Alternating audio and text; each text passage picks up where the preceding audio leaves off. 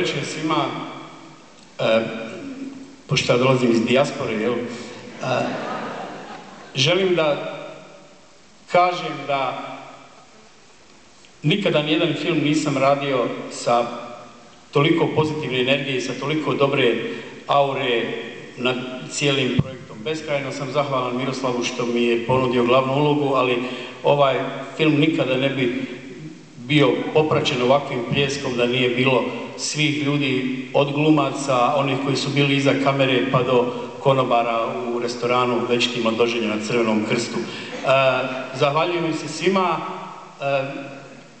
Imalo je smisla okupiti se oko ovog projekta. Hvala vam što ste došli večeras i naš posao učinili smislenim. Hvala.